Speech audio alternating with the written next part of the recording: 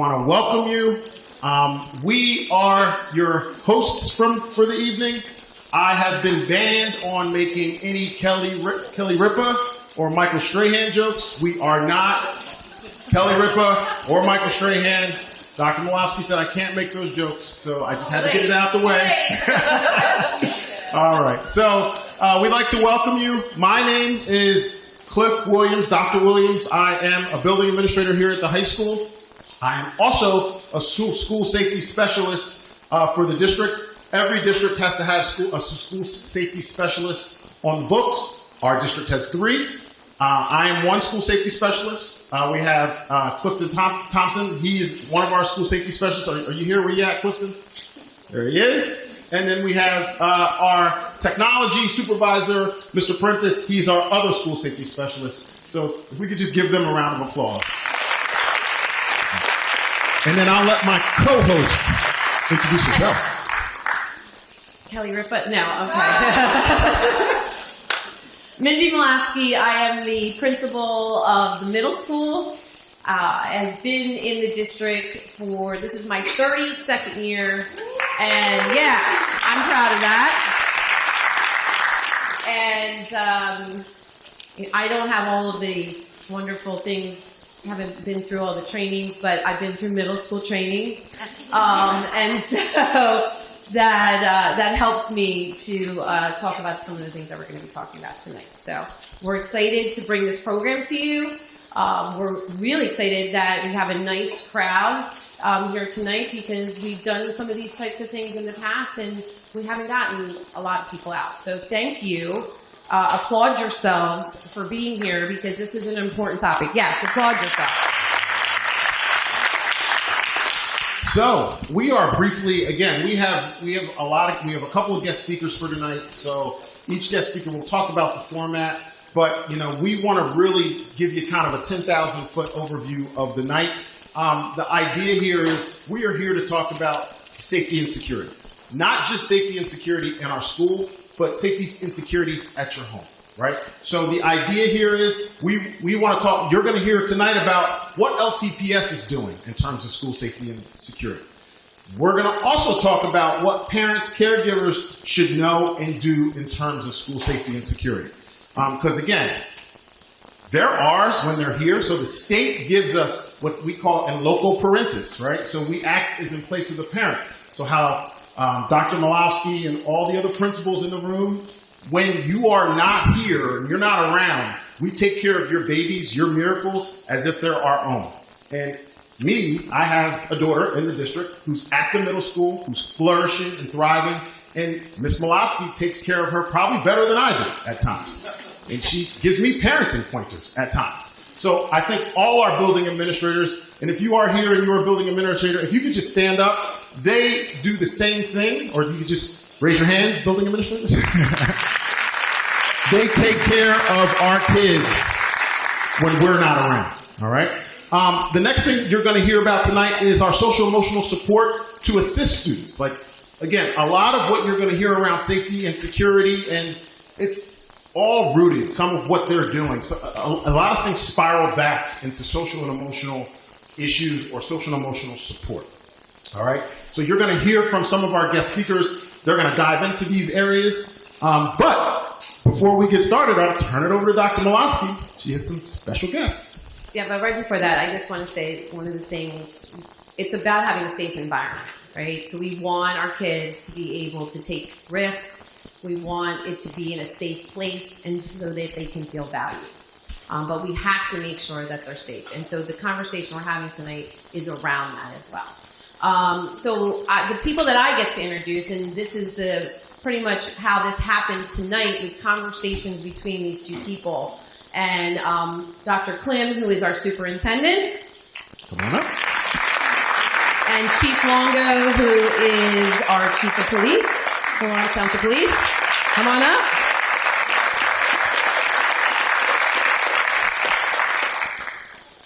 I'll give them a minute to join me up here.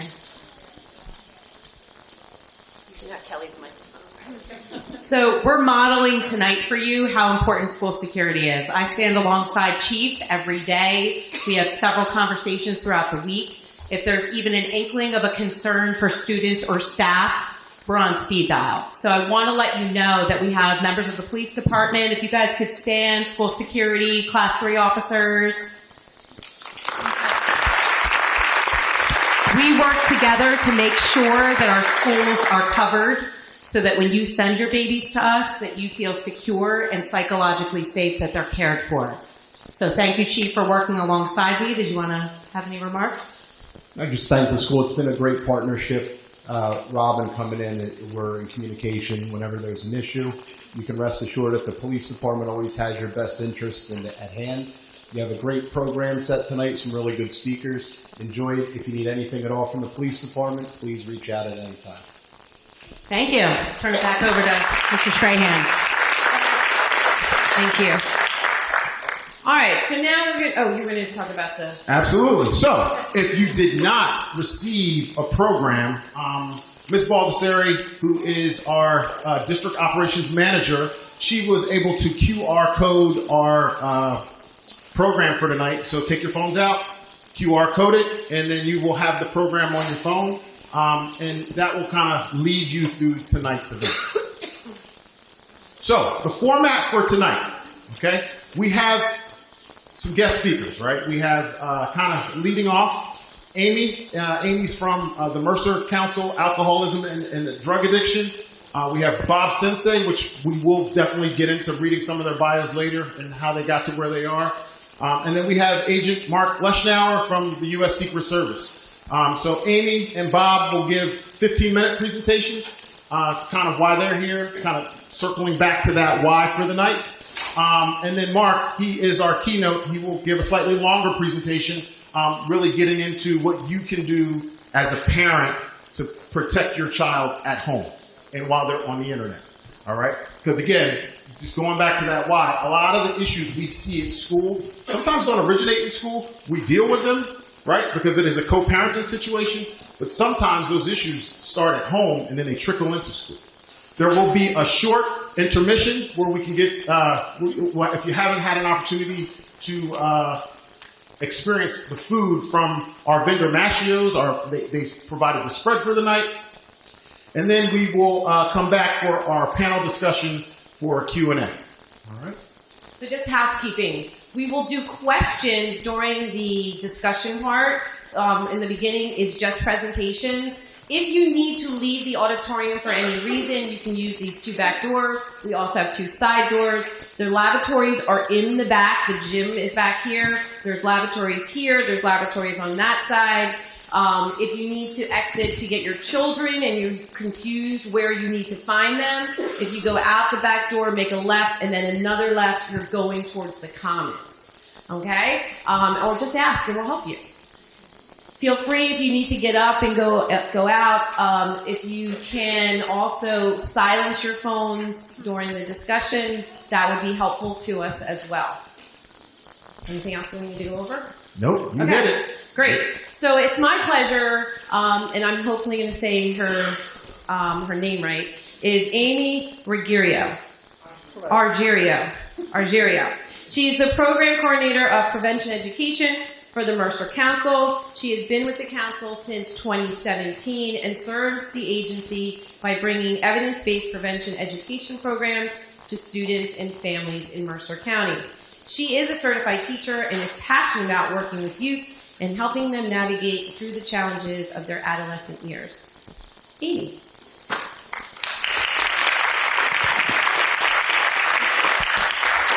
Good evening, and thank you so much for taking the time to be here this evening. A little bit about me. I am a certified teacher. I'm trained in many evidence-based programs, which is meaning they have been rigorously and efficiently researched, such as Bachman's Life Skills Training, the Strengthening Family Program, and Mental Health First Aid. I am also a parent of 3 young adult children. I've been a prevention educator at Mercer Council for the past 6 years. I facilitate the Bachman's Life Skills Training Program to middle school students. And I can't believe I'm saying this, but I absolutely love working with middle school. I was an elementary education teacher, and now I work with the middle school students, and I absolutely enjoy working with them. My lessons include coping with anxiety, coping with anger, decision-making, peer pressure, media influences, and many others. And let me tell you, the students are very engaging and have a lot to share. I recently had a student ask me, why do I love my job? And my answer was simple. My job is to help you navigate your way through your adolescent years by giving you tools to empower you as you face the many challenges and difficulties teens face. I also explain to them that they are my future leaders and they need to get it right. As we already know, teen years are very challenging. Our teens are dealing with way more stress than we did. I can honestly say, and I tell my students, being a teen today is so much harder than it was for me when I was growing up. We have all the same issues and the same worries as typical teens do and adolescents, but what we did not have was social media. Social media use is being linked to a rise in our youth's mental health. As more research and studies are being conducted, there is some growing evidence that social media is negatively impacting our youth's mental health, with an increase in anxiety, depression, poor body image, 24/7 news, algorithms that continually to bombard the youth with inappropriate content, online harassment and bullying, and poor sleep. When we were young, we dealt with the normal adolescent problems, being left out of a group, a breakup, peer pressure. But now while our adolescents deal with all the same issues that we did, they have it a little bit harder because they have to watch it all unfold and be blasted all over social media.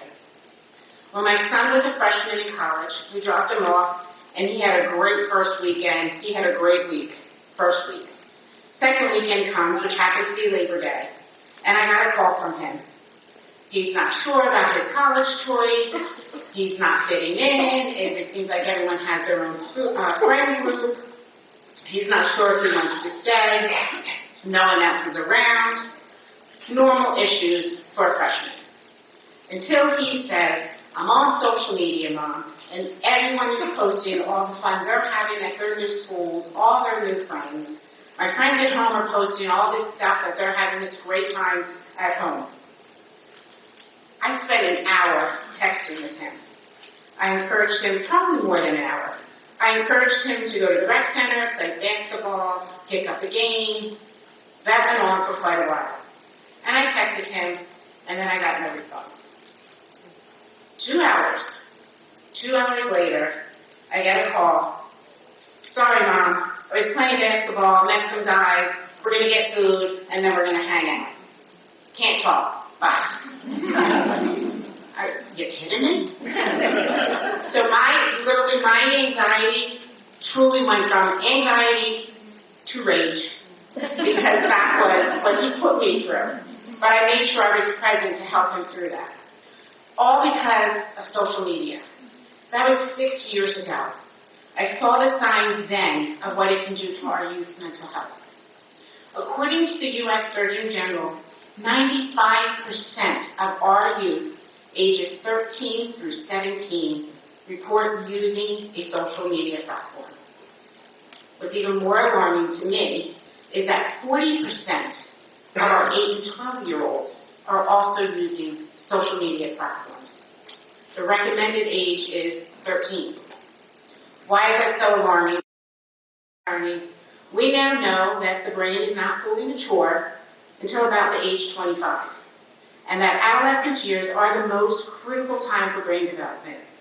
We now know that when the brain is exposed to alcohol, drugs, including marijuana, at a young age, and the actual age is 14, it can permanently change the brain development. Some studies of social media exposures are showing signs of changes to the developing brain with overuse of social media, especially during the critical ages of brain development. Although we are waiting for more studies and evidence to emerge, the U.S. Surgeon General has issued an urgent advisory addressing the potential dangers of social media on the mental health of our young people. He's asking for action from policymakers, tech companies, researchers, parents, and caregivers to ensure safer, healthier, and minimize the harms of social media. As parents, I believe we all agree that social media may have some positive aspects. It's a great way to stay connected with family and friends. But I also think we can agree that there is a cause for concern. So what can parents do? First, you're doing it. You're here. You showed up tonight. You took the time out of your busy evening to be here. Check, step one. Second, one of the skills we discuss in the Strengthening Family program is to have family group meetings. A family meeting is a great time to set the rules and boundaries, not only for phone use and computers and iPads and game consoles, anything that accesses social media. Set the ground rules, set the boundaries. Discuss during that meeting not only the rules and boundaries, but make sure there are consequences when they break the rule. Also, it's important to tell them the why. Back up your reason why you have those rules. Use the development of the brain now that we're getting all this information. I recommend keeping them off the platform, as we all recommend, but realistically, we know how hard that is, and I understand that. So limit their use and be consistent. Also, I strongly suggest this, do not allow phones as well as computers, iPads, to be taken to bed with them. Have a spot where they can go each night. My boss actually had software installed on her children's devices when they were growing up that would automatically shut off at 9 p.m. She's here with me tonight, so if you'd like to follow up with her and get more information, she would love to talk with you. I wish I knew her then. I want to share with you my why, my reason we should not have phones at bedtime. My oldest daughter, who was 25, came to me and said, "Mom, I'm going to give up social media for Lent." She was having a lot of anxiety about everything, just basically life. I asked her what brought her to that decision, truly thinking that it was me because it was something I had constantly been talking to her about. You need to get off, you need to get off. And she said her coworker, who was 44, married with 2 kids, and her were talking about their anxiety.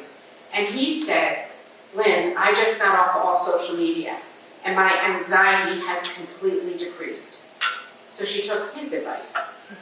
I was amazed at the change in her, truly in just 1 week. And by the end of Lent, she was a completely different person. She began reading, which I am an avid reader, and she was not. She began reading before bed and is now an avid reader, and we share books and we talk about the books. It's been almost a year.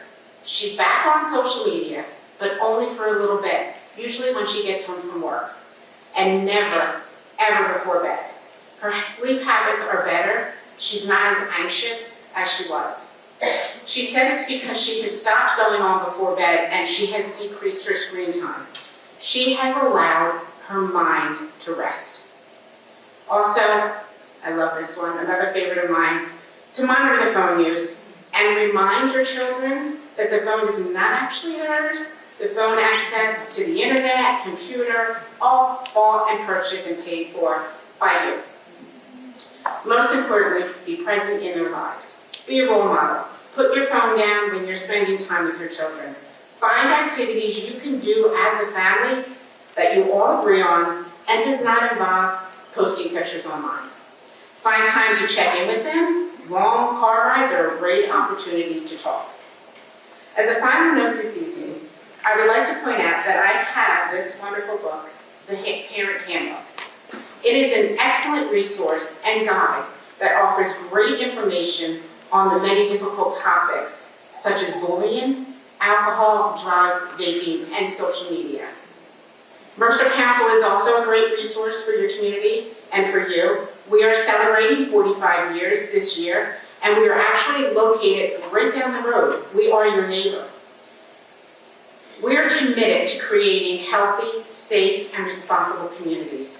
So please visit our table this evening, pick up this book, while supplies last. We also have Narcan kits and other giveaways. I'm looking forward to our discussion during our panel. Our Executive Director, Margarita Leahy, is also here with me tonight. She is a licensed and board-certified psychotherapist with a wealth of knowledge and experience, and she will be happy to answer and talk with any of your concerns. Thank you again for taking the time out of your very busy night and evening, and enjoy the rest of the program.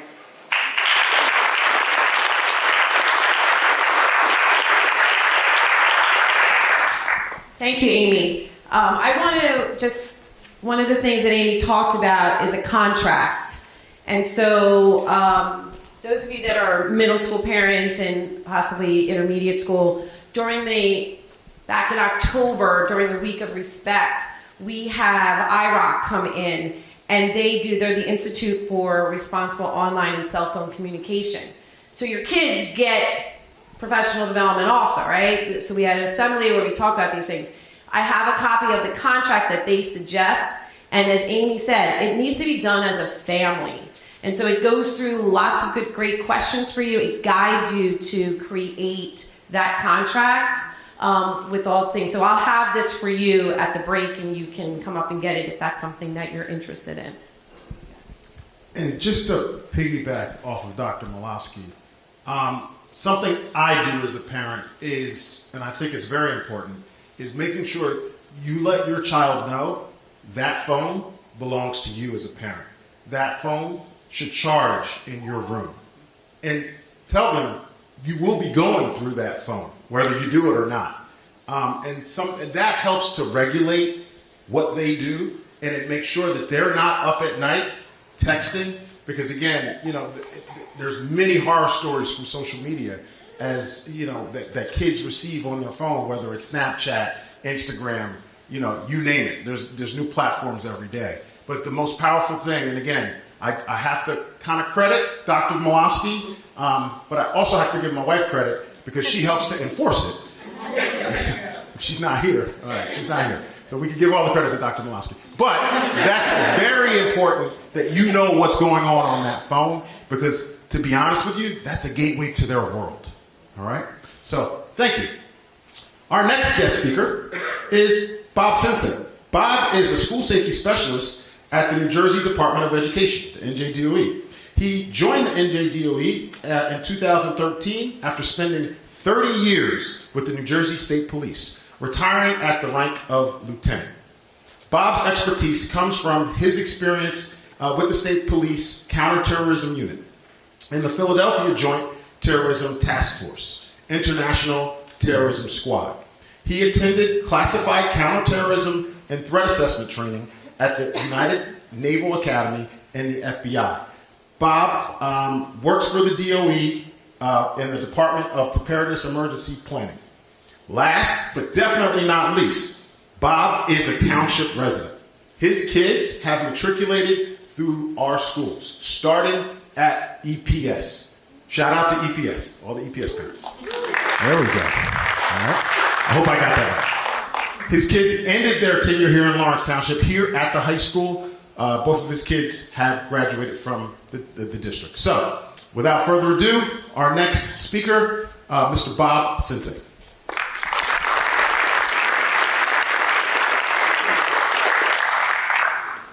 Thank you, Doctor. Welcome, everybody. Thank you all for coming out. I'm going to dive right into my presentation. I've been asked to come here and speak to you all about two laws specific to school safety and security, which obviously affect the schools in New Jersey, Lawrence being one of them, and you and your children.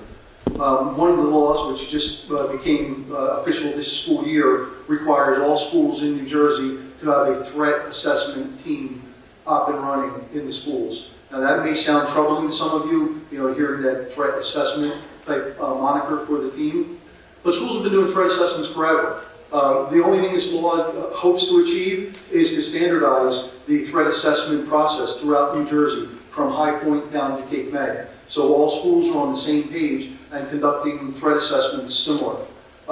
It's important to understand what we're talking about with threat assessments, because I'm going to go through some of this information and some of the studies and statistics.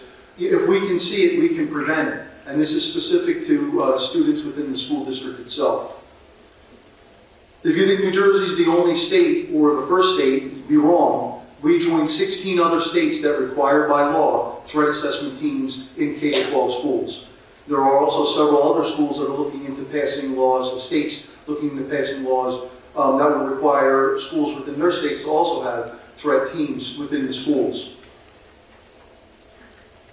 Part of the law governs and dictates how threat assessments should be conducted within the school itself and concerning the students. So it's important to understand some of the basics and some of the highlights. One is that the threat assessment process itself focuses on behaviors, not traits or profiles. There is no profile of a school shooter. Years ago, if you had said a young white male, you'd almost certainly be correct. But over the years, that's changed drastically. We now see we have female shooters, we have black shooters, we have Hispanic shooters, we have transgender shooters, we have shooters that are on the honor roll, we have shooters that are on athletic teams, shooters that are part of clubs within the school itself. All traits, all profiles that you would think there would no way they would be a school shooter.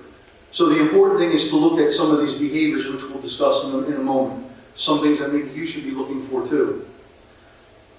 The law also dictates that the team should be multidisciplinary in nature. What that means is have different individuals from the school assigned to the team. The one thing you wouldn't want is Bob Sensi on the team totally. It's all Bob Sensis. An older, white male, conservative, law enforcement background. You would get a very narrow approach, very narrow view of what was going on, what the threat was, and also interventions that may be put in place after you complete a threat assessment. So this multidisciplinary team draws from different people within the school in order to get a better view of what the threat was, the student themselves, and interventions that may be put into place. So that's an important part of the law also. Another important part identifies threatening behavior in context and assesses them in that same context. A kindergartner running around the playground doing the universal sign for a gun, chasing kids around is a lot different than a senior in high school making a concerning statement about a kill list, or don't come to school on Monday, I'm going to shoot up the school. So this is not a zero tolerance law by any means. It assesses these threats in context, and then it works from there to make sure that the threat is actually a legitimate threat and the student has the means to carry out that threat that the student's making. It also provides students with additional supports, and this is important. It's not just a law that we do an assessment, kick the student out of school, throw them into the criminal justice system. Part of the law requires schools to set up assistance for these students and for you as parents if your student becomes one of these individuals identified in the assessment. These additional supports obviously are different than supports they receive in school. Some supports they receive in school obviously are educational, or maybe collegiate. These would be specific to, on the pathway to violence or looking at violence as an ends to the means. So that would be a lot more intensive involving that type of behavior as opposed to school-based situations.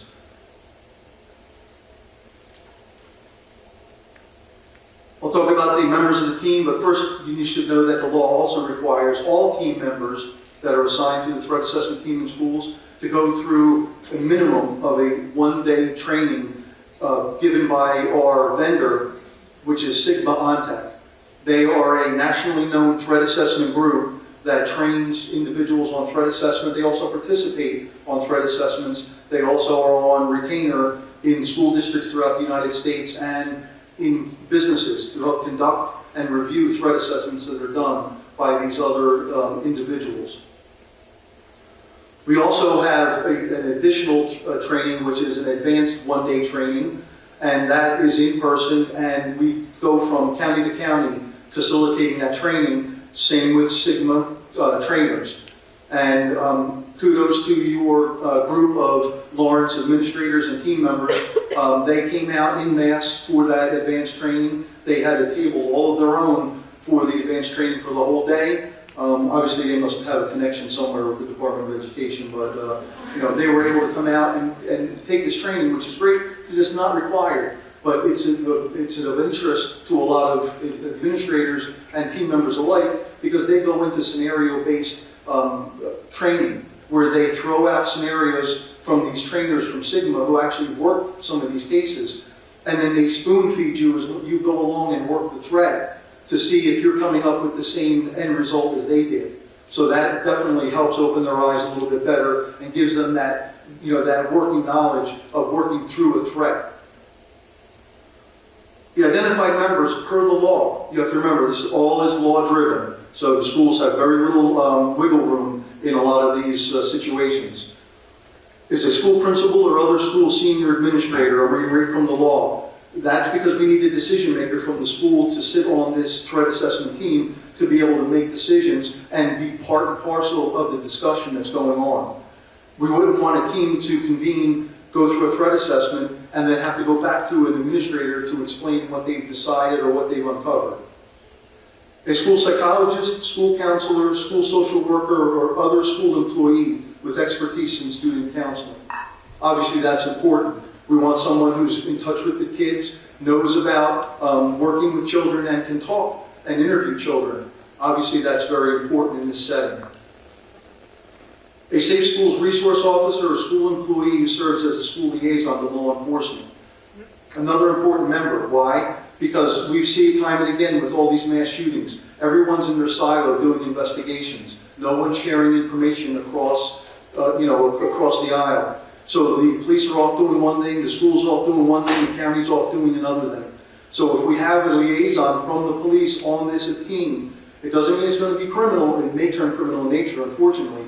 But at least then we have sharing of information as what's going on, what do we know, what does the police know. Also, it helps because the school on their own could not decide whether the individual has the means to carry out an attack. Do they have access to weapons? Are they known to the police to have been involved in other negative activity in the past? Has there been calls to service, calls for service to the home for violence within the home? So that's an important information sharing that goes on per the law. Another member, unfortunately, Dr. Williams is one of these, the school safety specialist. Another law in New Jersey, right? Thank you, New Jersey, for all the laws. But this is a law that requires, as the doctor said, a school safety specialist in all schools in New Jersey. To be a school safety specialist, you have to go through our academy. We have a school safety specialist academy that we teach at. It's 4 days of intense training for these individuals. Everything, they deep dive into everything that's school safety related. We have guest speakers from the State Police Bomb Squad, from the county for drugs and searching of students. We have individuals that come in and talk about bullying, about gang members, and we also have individuals come in and speak about law enforcement in schools. So that's the kind of training they have, and they also have to be part of that team, obviously because of their background and their training. The other member, the 5, is a teaching staff member. So that shows you that the differences of opinions within the group, also the different lenses that are being used to look at the problem and to make a good discussion out of this assessment of this child.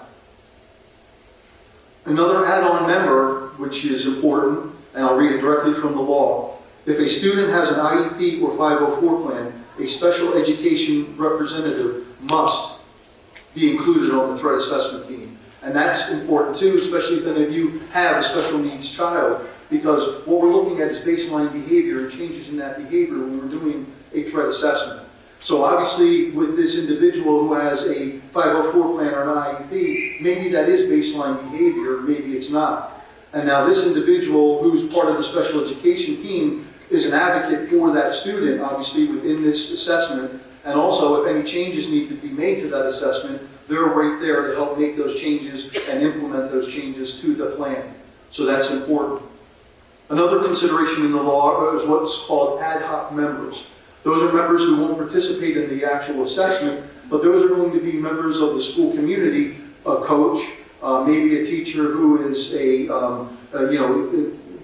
teaching a debate, or possibly the chess club, running these clubs, because what they want to do now is get a view of the student outside of normal school activity. What's this child doing on the athletic fields, or during debates, or during chess club? Are they exhibiting any concerning behaviors?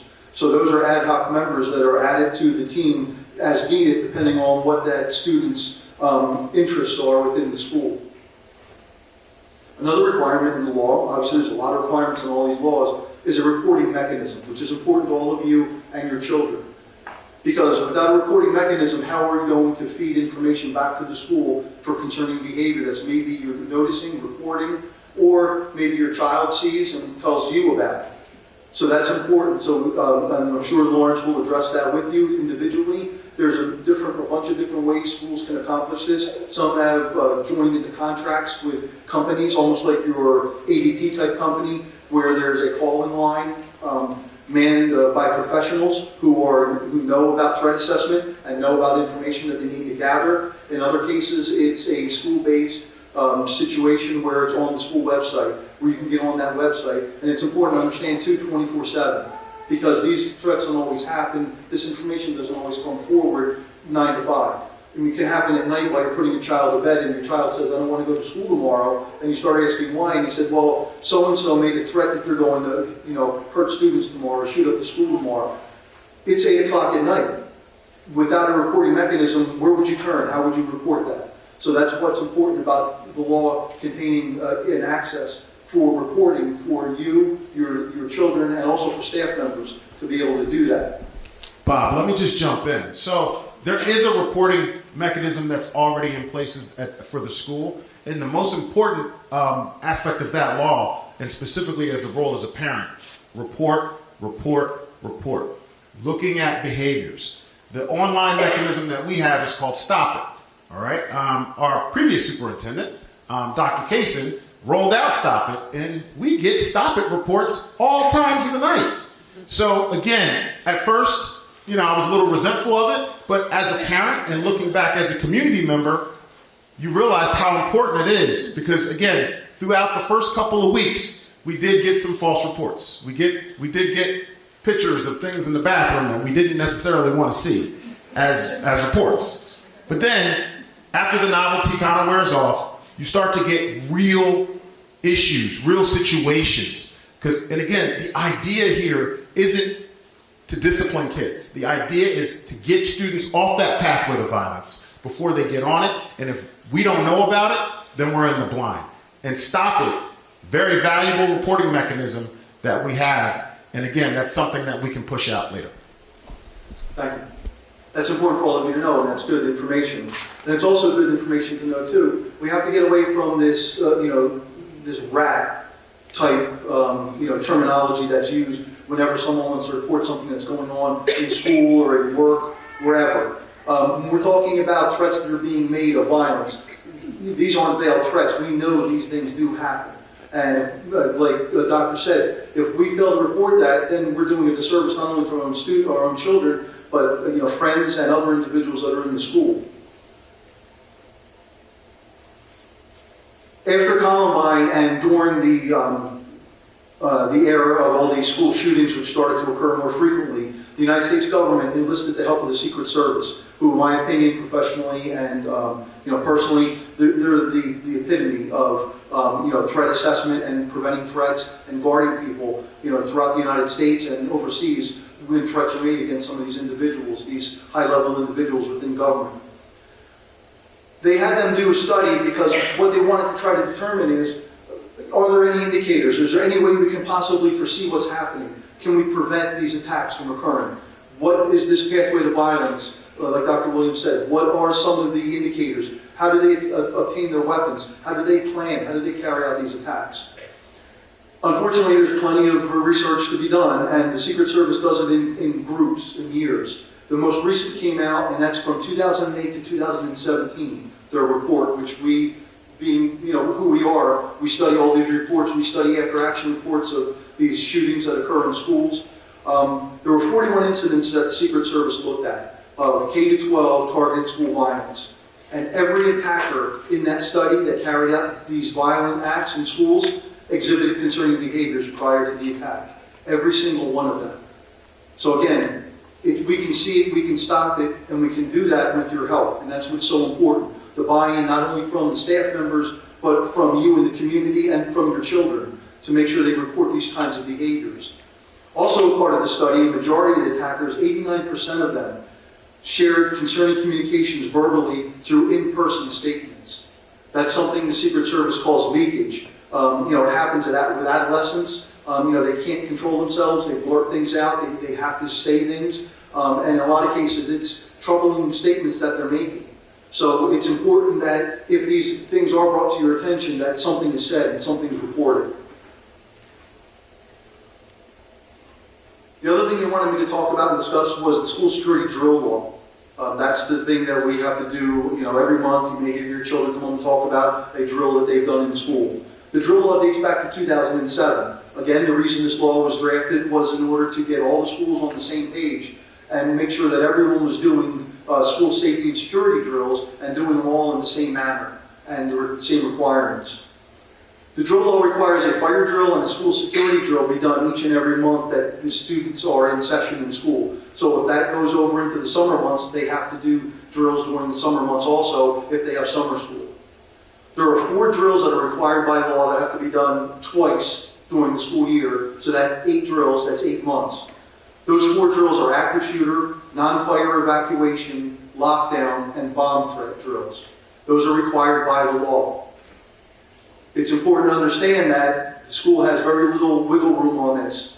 There's also a couple other drills that can be optional, and there are 2 that we highly recommend from the Department of Education are the shelter-in-place drills, because the shelter-in-place is used for a lot of different things. Normally it's outside things that are happening from the school. It could be a weather event. It could be an intruder on school grounds. It could be a wild animal. I work a lot in the northwest part of the state. They have tons of bears that come out on the school property. That would institute a shelter-in-place. It also involves if there are situations with the police activity in and around the school, in the area of the school, you would shelter in place. So that's why it's important students and staff both know what to do when a shelter-in-place is called. The other drill is called a code blue drill, and it's the only drill that is widely accepted to be used as a code word or a color. And you know code blue, you understand that. It's from hospital terms. That's a medical emergency within the school. Unfortunately, over the past few years, there's been tons of medical emergencies within the school, staff and students alike. So it's important, that's why we talk to administrators to run these code blue drills once in a while, so this way the team members who have to grab a defibrillator machine and respond to this medical emergency within the school know how to do it. They have the team together, they respond, and then they react to the medical emergency, because we all know the sooner we apply some medical treatment to an individual that's suffering, usually the better the outcome. Also built into the drill law is compliance and accountability. The schools have to maintain a drill log every month. They have to record the date of the drill, the time of the drill, and if there was any negative aspects of the drill when it was performed, whether staff couldn't hear the alert announcement, whether some teachers didn't react to it, whether the evacuation didn't go properly, they didn't go to their right spots. At the end of every year, school year, which is June 30th, the school administrators have to sign a statement of assurance and file that with the county Board of Education to assess and to assure that they complied with the law and that all the drills were done. So you have to understand the position they're in, the schools are in, where it's an official state document filed with an official state agency attesting to the fact that they have complied with the law and the required drills for the school year. So that's why drills need to be done during the school year. It's also important to understand that drilling breeds confidence. It's just like anything else for all of you. If you've played sports, if you're out there, if you're retired military, active military, police, fire, you don't want the first time that you experience an event to be the first time that you do something. So if you practice for these events, you're more likely to respond better, more rapidly, and with more confidence if you've actually trained for this type of stuff. So that's another reason why drills are required by state law in New Jersey. I want to thank you all for coming out this evening. Enjoy the rest of your night, and thank you all. Thank you, Bob.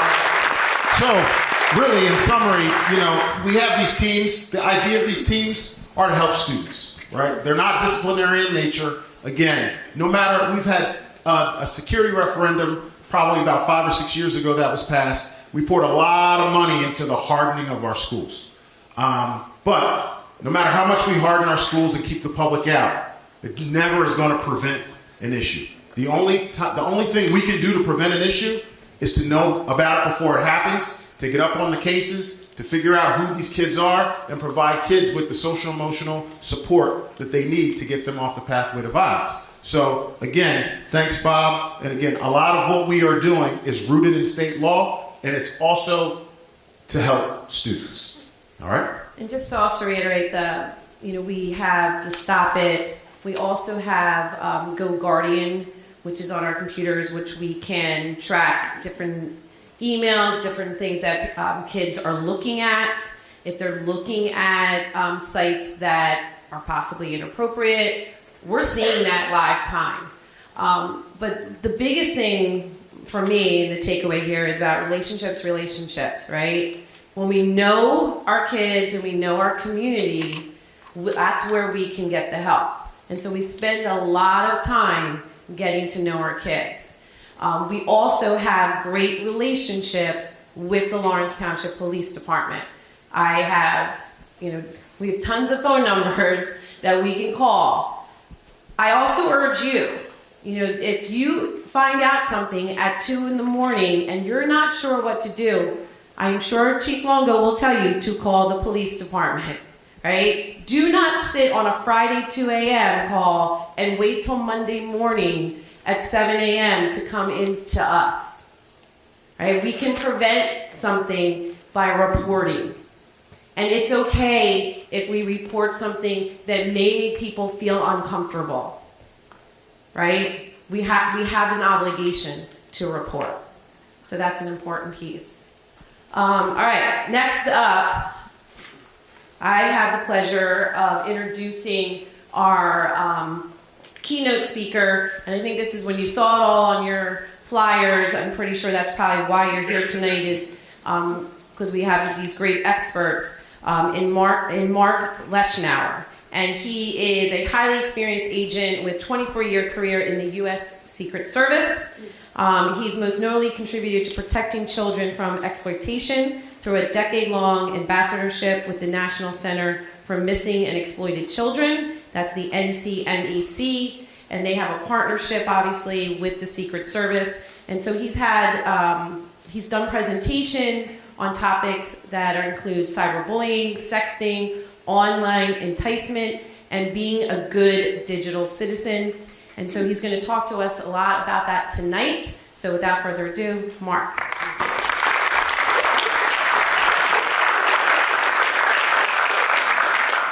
Good evening, everyone.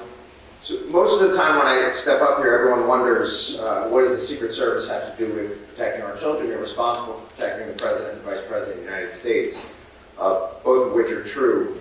We partnered with the National Center in 1994 as the first federal law enforcement agency to do so, understanding that it is equally important to protect that next generation and our children that are just as vulnerable and can't protect themselves when it comes to making decisions. As mentioned earlier, in brain development, and actually Amy was kind because most of the studies that I've seen is male brain development is not till 24 and female is 22. I'd say it was probably done by a female conducting that survey, it's slightly dated. But that'll be a debate for another time. In either case, we send our children out into the world and into the schools, and I come to Lawrence Township High School and I spoke to the freshman class regarding being a good digital citizen, online safety, things that you've heard before. And I want to present it to you from both a law enforcement and a parent standpoint. I have 2 daughters, 15 and 12. Much like your children, my children know much more than I do. They've made it abundantly clear that I'm not as smart as they are. However, in time they'll realize, as your children will, that you did have a handle on what you were talking about. So through this, some of the things that Lawrence Township wanted me to talk about, where I'm going to focus on, not just, we'll talk about being a good digital citizen, but I want to talk about sextortion, online enticement, grooming, and really some of the things that put your children at the most risk, where there's a significant overlap into the other 2 presentations today, because it's one doesn't happen without the other, unfortunately. And just out of curiosity, show of hands, raise your hands, no one on the spot. Does anyone here think, or is anyone aware that their children are talking to strangers online? Okay, a few hands. I'm going to tell you the number is far greater than that. I usually conduct a relatively less than scientific study, but I'm going to tell you about 65 to 70% of your children are speaking to strangers online, without question.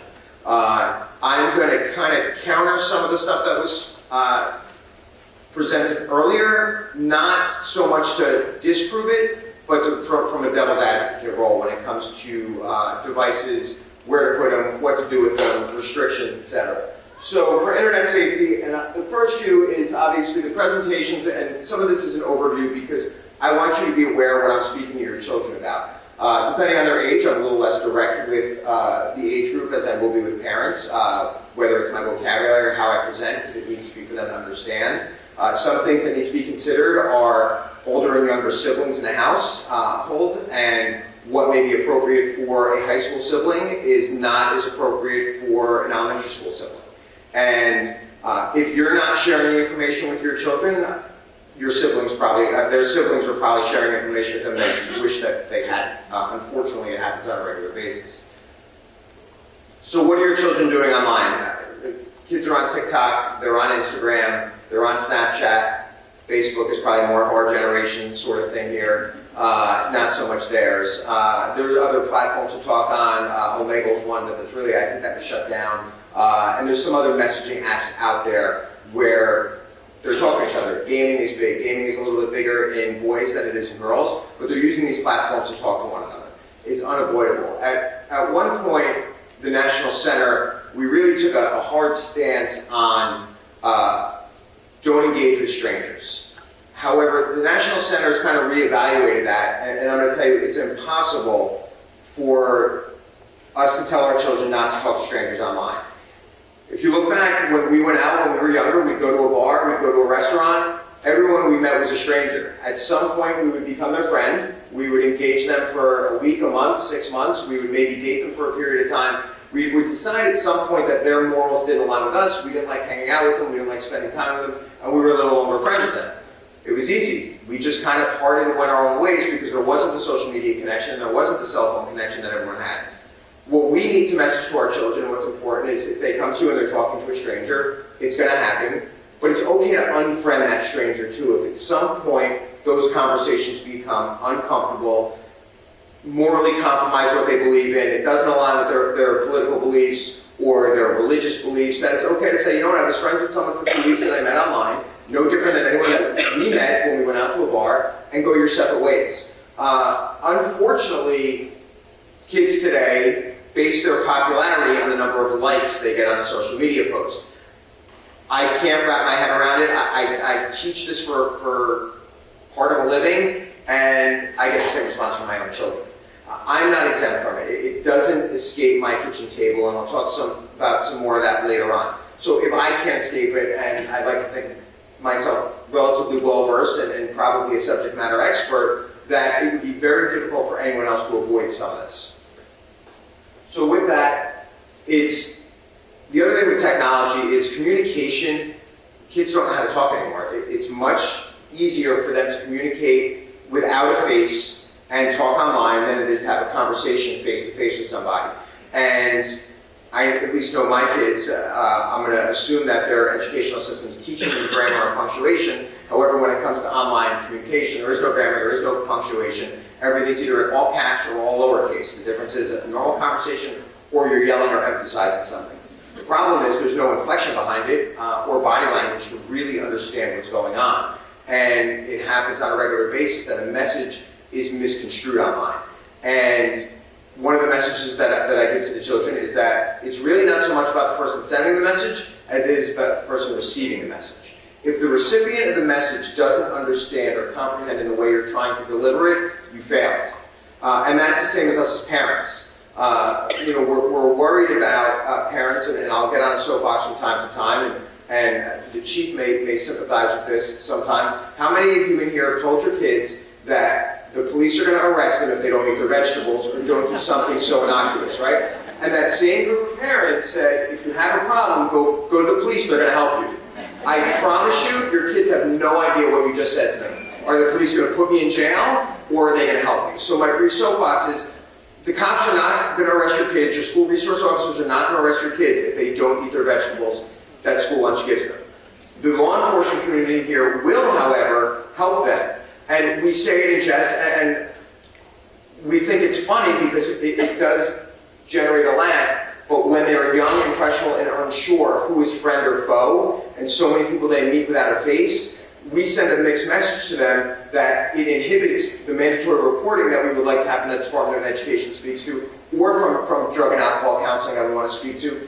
They don't turn to anyone because they're not sure if they're going to be labeled a rat or if they're going to be the bad guy or girl for making that report. So it's important when it comes to the online stuff too that they understand that the people in the school, the administrators, and this is an important message for you to really harp to them, is they have their best interests at hand.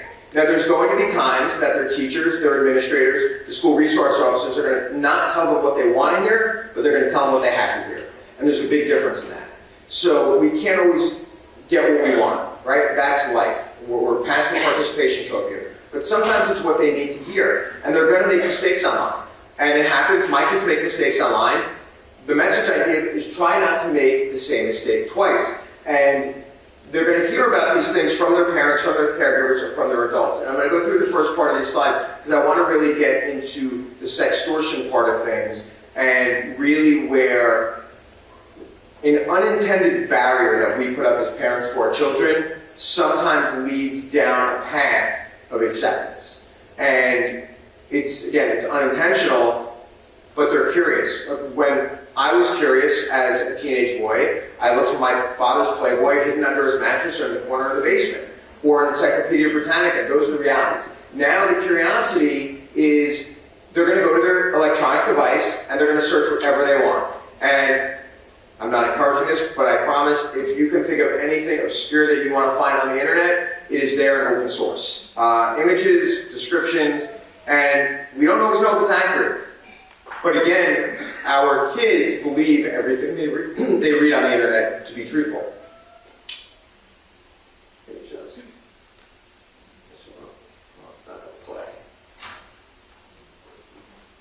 It was just a kid's point of view that I wanted to play, that we play for them sometimes. So, risks, there's risks at every age.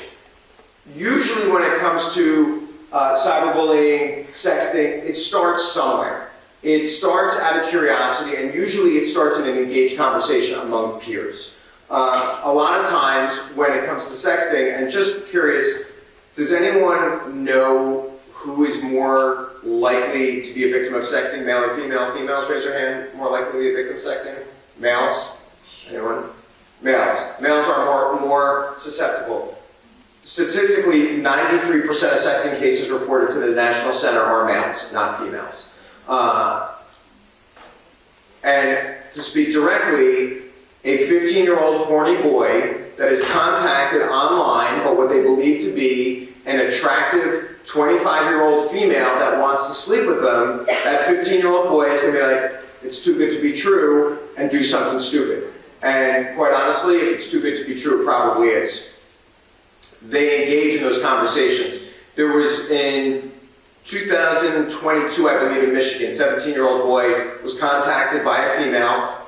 They engaged in some sexting chatter, and he ended up sending a picture to what he believed was a female. Sent a picture, and the request was specifically to have your face there in this photo because they wanted, 17-year-old boy sent the photo to what was believed to be a female, and come to find out it was 3 Nigerians in Lagos. It was not a female. They extorted him for money, $1,000. Eventually, he couldn't cope with it. He said, I'm going to kill myself, and they said, go ahead and do it.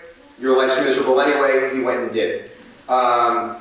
I want to say, I think it's around, I don't know if I have it written down, but it's somewhere around 18% or so of sexting cases commit suicide within the first few hours of sexting happening. And that's in part to scare you, and that's in part to realize it happens so fast. Kids today don't believe there's a way out, and there is, and we'll talk about a little bit of a way out. And the problem is, when I was younger, and if I had a problem in a school and I transferred to another district, I left my other district in the rearview mirror. But now, as our kids play on competitive sports teams or have friends of friends in other districts, there's no escape anymore. So you can want to leave Lawrence Township, and go down to Atlantic City, you know, an hour away from here, but you're not going to escape this because someone is going to know somebody or be able to post it out on social media to find out the reason why you actually left. So, I just want to hold up. So, some of the things that I talk about, privacy. So, anyone's children have Snapchat? Probably a lot of Snapchat people in here. And is anyone familiar with streaks? No. So, streaks. I don't get it. I'm not going to begin to explain it. My daughter loves streaks. So streaks are where you have a communication, at least one a day with somebody, and you want it to go on forever. So her longest streaks happens to be with one of her friend's moms, which is fine. That's innocuous. But they've had a streak for probably about 700 days at this point. So a lot of times when children go on vacation and don't have internet access, they don't want to lose their streaks because then you have to start over and count from the beginning. So they share passwords with their friends. And we advise always against sharing passwords. But sharing passwords is never a good idea because once someone takes control of your password, they take control of your entire profile. And there have been times when I talk to kids where you get notified of your best friend, you want to get back at them, you post a bomb threat to the school, you make a racially inappropriate statement on someone else's profile, you end up in the principal's office, you end up suspended or expelled, and eventually it gets sorted out, but it's a pretty big headache for a week to 10 days until everything gets itself worked out. Knowing that we can't avoid the phenomenon of streaks with kids, while I'll never encourage them to share a password, I will at least encourage them to change their password when they get back from vacation and to start fresh and not share that password again. And we always encourage not to have the same passwords for all login accounts. Now, to Amy's point earlier, and to Dr. Williams' point earlier about controlling the devices to the best of your ability and not letting them in the bedroom and charging them elsewhere and taking them away from them, those are all great. I try to enforce it. I'd be lying to you if I said I was 100% successful. But what happens is your children will log into their profiles and their accounts on their friends' devices. So it is not foolproof. While it is an excellent tool and may limit some access in certain times of day, absolutely, and sleep time being one of them, by taking their device completely, don't be fooled in the fact that they've ceased and desisted all communication with the outside world through their social media, because their friends are going to let them use their devices to log in there. So be mindful of that's going to happen. Risks of sharing personal information. A lot of times we don't realize that when we post photos, and I ask all the time, is they're geotagged, they're geofenced, they're geolocated, but on top of it, if I go to Lawrence High School and I'm always posting a picture of myself in a Lawrence High School sweatshirt, it's pretty easy to figure out, at least within a region of where I live.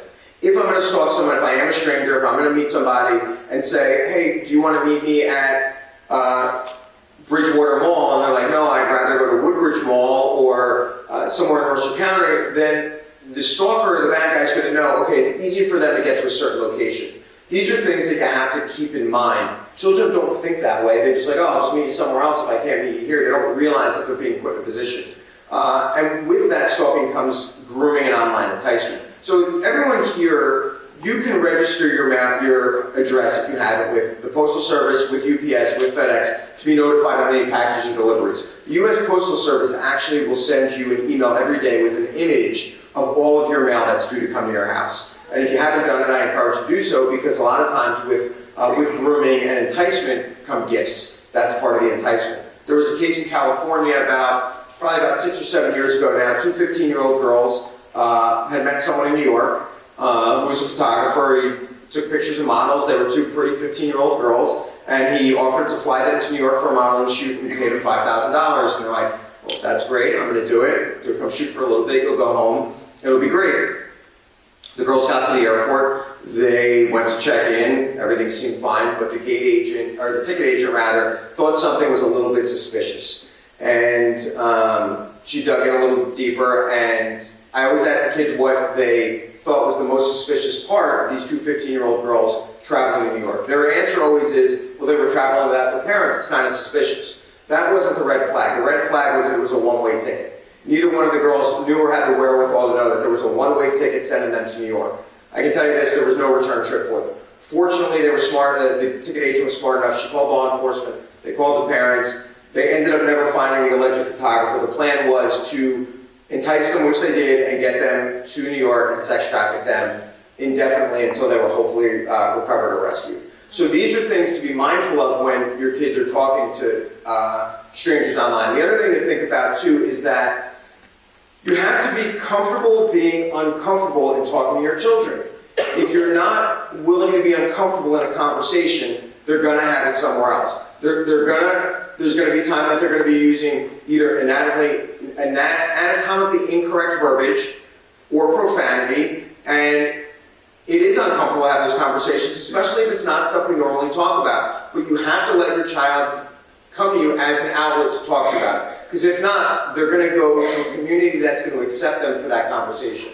The other thing that's also very difficult as parents to do, and it's tough for me, you know, I have half a cop brain, I have half a dad brain, and my kids know that those lines blur sometimes. And my wife balances that, who is here tonight as well, sitting over with Dr. Clem. But, you know, it's a very difficult balancing act for me to do both sometimes. And your children are going to be most comfortable talking about topics with one or another parent. It's not a requirement for both parents to be in a room to elicit information out of your child. It's most important for one of you to elicit that information and then share it with each other as adults, maybe not in the company of the child, come up with a family plan, and then attack the problem in a coordinated effort. So family meetings are great. However, if you realize that you're not getting what you need out of a conversation, then family meeting isn't it. Look, my daughter was most comfortable talking to my wife about the birds and the bees when it came up in conversation. I was sent upstairs. I get it. Really weird though, about 10 minutes later I was called back downstairs and my wife told me I did a better job than she would, so I ended up doing the conversation anyway. But it started with my daughter being most comfortable talking to my wife. And that's fine, because then it's our job to share the information. But if you're not willing to sit down and have those uncomfortable conversations, they're going to go to the online enticement. Because we've all been guilty of it, where we've had adult conversations, where our children have tried to butt into the conversation, and we say, this isn't for you. This is between mommy and daddy. It's not adult. You know, it's an adult conversation. It's not your part. Move on. Well, when they go to the online community, they're going there because someone's telling them, I understand you, I'll listen to you, your parents just don't get you. And the more they hear that from somebody, they're feeding into a vulnerability, because when your child walks away at that point, they're like, yeah, my parents don't get me, and you do, so you must know what you're talking about, so I'm going to continue to engage you in conversation. The other thing that's interesting, when I ask kids about talking to strangers online, very few of them admit it. So how I present the question is, I ask how many are talking to strangers online, and a few will raise their hands, and then I ask how many know of somebody talking to strangers online, and the vast majority raise their hands. So while I'm not a statistics person, statistically speaking, it would be impossible to get those two answers. What it tells me is they know it's wrong. So they know enough to know right from wrong that they're not willing to sit and admit to it. We have to stop punishing them for doing stuff like that, because they're not going to come to us. We all make mistakes. I make mistakes. My kids make mistakes. I'm going to continue to make mistakes. My message is not to make the same one twice. If you make the same one twice, then you fall into a pattern. But what the National Center wants explained, what we explain, it's not happening to them. You know, their exact wording is, it's not happening because of them, it's happening to them. So it's not what they did. It's happening to them. It's not, you know, we don't want to fault their behavior. Again, this goes back to brain development. They don't realize their academic intellect and their emotional intellect are completely out of sync until they're in their 20s. So we look at our kids, we all do it, and say, oh, they're so mature for their age, and you know, they know so much, or they grasp the foreign language so well. Great, that's their academics. That's not their emotional intelligence. And they don't understand the difference. They just want to be accepted, and they want to always be seen as older. They do it with the way they dress and wear makeup and the company they keep, and they get to, you know, when the 6th grader's friends with an 8th grader or the sophomore's friends with the senior, that's pretty cool, because now I'm hanging out with the older kids, so they must think I'm more mature than I really am also. So solicitation occurs, this is the other thing with solicitation and sextortion. 60% of the times, the blackmailer is known. Doesn't mean it's known to you, but it's known. So somehow they've befriended your child where at 60% there's a comfort level where they feel like they can trust this person. And they can't. It's really an unknown. And I've had these conversations and you've had where they've talked about their friends or people they've met, and they're like, oh, I've known so-and-so for so long, we're really close. You can't be that close in 2.5 weeks. But they come to an understanding where they feel like they know each other better than we know them, and when they feel like we don't have their best interest. It's difficult because sometimes as parents we want to be their friends, and we're not their friends, we're their parents. Our job is to make difficult decisions for them. I promise you, my daughter was not happy with some decisions my wife and I made on the drive here. By tomorrow she'll need $20 for something and everything will be fine again. They will come back. They will come back. They will love you, even if they don't agree with the decisions you make. And they're not always easy decisions, and as mentioned earlier, there needs to be a unified front. It needs to be supported to make those decisions.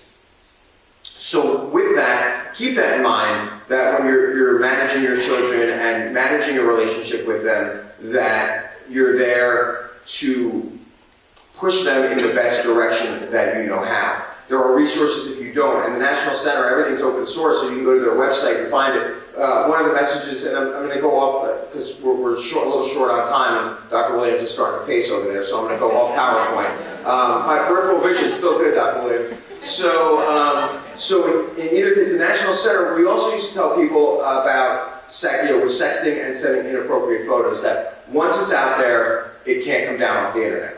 Well, NECMEC has started a Take It Down campaign. TakeItDown.org, I believe it is. You can Google it. You can report to the National Center to have those images removed. What we can't control is if someone still has it on their device. And back to devices, you do own those devices. So if there is something inappropriate on the phone, or if your child, and we do have technology, if your child does go missing, to find that device, there is technology out there available. But you own that phone, you own the rights to the phone. So if there is a concern from law enforcement, you can consent to law enforcement to search those devices, find the necessary information to help prevent a bigger problem or bigger catastrophe from happening.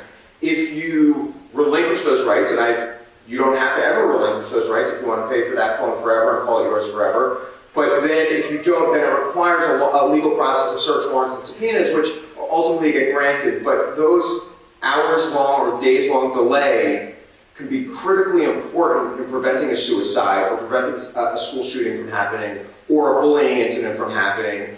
To get that, as I mentioned earlier, suicides happen within hours sometimes of initial reporting. So the other thing with sextortion comes trafficking, and everyone thinks we're going to be immune to trafficking. Now, fortunately, you live in a strong community with a strong support system. Most trafficking, 1 in 6 traffickers are children that are trafficked are runaways, but it doesn't mean it doesn't happen from a regular house. Trafficking happens with family members sometimes.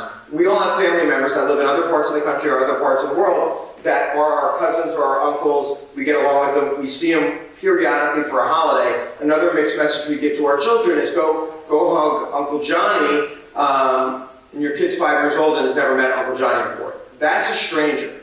That's not their Uncle Johnny, that's your Uncle Johnny. Now, if your child does not want to hug them, don't make them hug them. Your allegiance is to your child and not to your uncle. Now, if at the end of Thanksgiving dinner, there's a certain level of comfort that they say, I feel comfortable with this person, I met, I feel like we're family, I want to give them a hug goodbye, great. And you know what, if they don't want to, don't make them.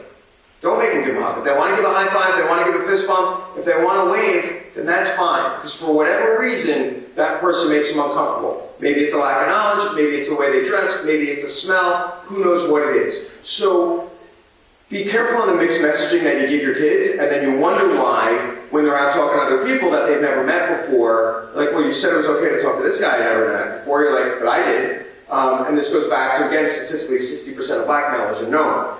How are they known? That's the one thing we don't really know an answer to.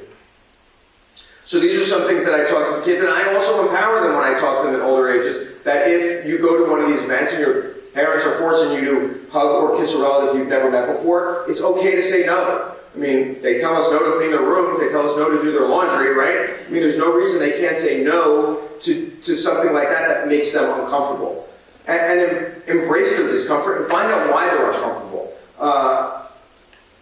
If you are open and searching devices, my children know I look through their devices. It doesn't mean that children may not delete things they don't want you to see. There's always that possibility. Now, from a criminal standpoint, we can recover any of that information. I'm not really worried about it. But it's not about a criminal investigation. It's a matter of a level of comfort with the children. And you want to know what's going on because they don't always know that they may be bullying something. There's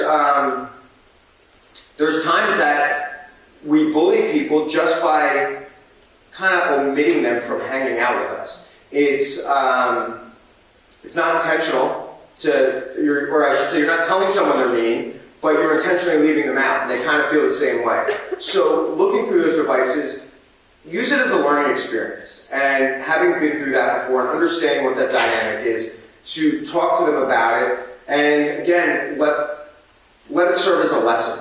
Barring anything, critically terrible on there that would be, some major violation. And the last thing that I talked about, because a lot of people and adults are the same. Well, my kid's 14 years old, 15 years old.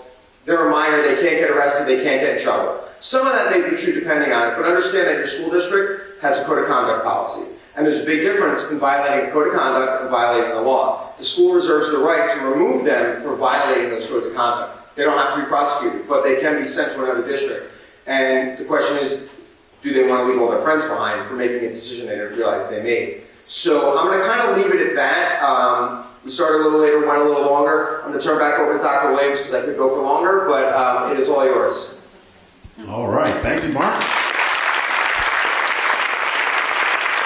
Well, before I turn it over to Dr. Mawsky real quick to have us for our break, one thing I will admit, Mark, my child is smarter than me. I got up here and told people that I take her device and I store it in my room and I charge it. One thing I neglected to tell you is that she has an iPad and a Chromebook, which she logs into. And she has the cell phone that doesn't work, that she doesn't use anymore. Yeah, and the cell phone that doesn't work that's also an iPod. With the Wi-Fi, right? So, yeah. All right. So anything that you wanted to add, Dr. Mawsky? We'll get to that one. All right. Well, we are going to take a quick 10-minute or so break, and then we are going to come back for our Q&A discussion panel. We have some questions that people have submitted online, but we will be taking priority to the people or the questions in the room. And I have a surprise for you at the end of the presentation, so please make sure you come back so you can see the surprise. Right, so it's 7:21. We'll be back in seats at 7:30, please. Good. Bye.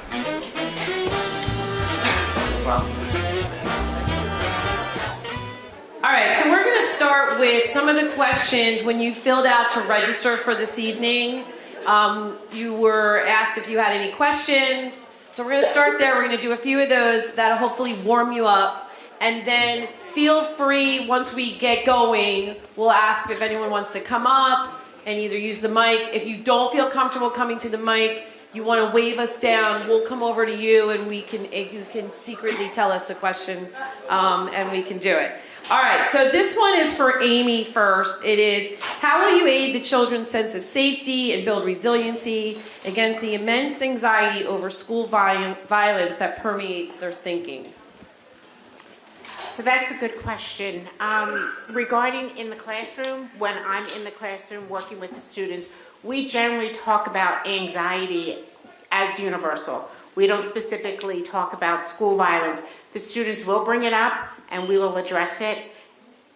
I give techniques. We talk about different ways of how we can handle anxiety. I let them know all the schools have plans and to make sure they're aware of their plan. And then make sure they talk with their parents and have their parents reassure them on what the school plan is and where they can get help. But technically, we just go over all general anxiety, how to cope with general anxiety. Any gentlemen, any of you like to chip in? Okay, cool. So from the school district's perspective, in terms of anxiety over school shootings, we're training our kids to be prepared in terms of the drill laws, right? So these drills that we put into place, we practice like we play. We hope we never have to go through the real thing, but our kids will be ready if the real thing is to happen. So some of that will ease the anxiety. We also have counselors available. We also have, we have our school assistance counselor here. We have counselors in each school. I think the elementary schools have one. I think LIS has 3. The high school has 4. And the middle school has 2, plus the shared student assistance counselor. So we also have other therapists that support students that have needs in dealing with the anxiety. So this is something we do see, we do work with, but again, it's about practicing like we play. Oh, I guess I'm asking the next question. All right, this is for Mark. How can I prevent my son's email from getting hacked? That's an interesting one, because once our information is out in the world, it's very difficult and to prevent it from getting hacked. The best thing that we can do is create complex, difficult passwords. But what happens with complex, difficult passwords? They're difficult to remember. Apple devices will recommend a password. Unfortunately, there are nefarious programs out there that will run algorithms to try and crack those password codes. You can change passwords on a regular basis, every 30 days, every 60 days. I don't change my password nearly that frequently. I'm sure my children don't. I probably don't diversify my passwords as much as anyone else does, because it becomes a chore, especially when we've become accustomed to Face ID with so many logins now, and picking up our devices and we log in and we don't have to remember a password. And when we do have to remember a password, we just click forgot password, because odds are we don't remember it and we have to reset it. So the best thing to do some things to avoid being hacked is don't sign up incessantly for free giveaways, department stores, gifts, even as adults. If you want to get emails from Banana Republic and Nordstrom and everywhere else, best practice is to create a separate email that's only used for that, not for professional communications, or if your children are high school age and maybe looking to get recruited to play a sport in college, or speaking with academic advisors, to use a separate email to do any of that communication. So if there is a compromise, you can narrow down which email was compromised potentially, and understand that a lot of times when they're communicating, and this is important for open communication, when we get questionable email, it's usually improper English, grammar problems, spoken in a manner that isn't consistent with how we communicate. So that's a good indicator not to click on links through any of those emails as well. I'm pretty certain no one here is the heir to $30 million from a Nigerian prince. If you receive an email that says click on the link and you'll get your money, odds are it's going to install virus software to take that password and a lot of others. So I would just diversify that. Cliff, Dr. Williams, am I wrong? Are you an heir? Man, I've been waiting for that money for like 10 months. I've been waiting for that. And from the district standpoint, just so you know, specifically for district staff, Mr. Prentice has been pushing out stuff for us in terms of helping to prepare us for these phishing attacks. So helping your kids to know and be prepared for what the phishing attacks look like. And if you see them, share them with your students or share them with your kids, because you want them to see, what does it look like? Sometimes it might be like a weird text message that might take them to a site which asks them to put in their password to change their password. Now their password's compromised. So phishing attacks are ways that people use to hack emails, but changing those emails every so often and remembering those emails as well is definitely a safe way. And if I can just add to that also, especially if any of your children share your Amazon account or ordering from Amazon as they get older, Amazon and the Postal Service, not them, but notorious messages from them that your package is undeliverable. Click on this link because it's being held at a facility. Your package is undeliverable because they figured out how to get there the other 6 days of the week. At least they did in my house.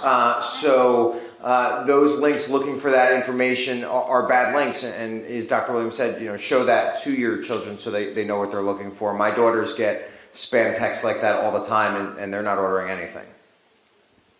So this one is for Bob, all right? How can we prepare our children for school shooters? The first question was really around anxiety, but how can we really prepare our schools and kids for school shootings and violence? Well, obviously, the conversation has to be age appropriate. What you would talk to a senior about in high school is totally different than what you would talk to a elementary school student. The one takeaway that's important for all of you to understand, obviously this is our bread and butter. This is what we do in our unit. We've done a lot of research with Homeland Security, with prosecutors' offices, and in all of these mass shootings in schools, there's never been once where a locked classroom door has been breached. So what the important thing to talk to your students or your children are about is to tell them to follow the direction of the teachers. Take the drills seriously. React to the drill like it's important.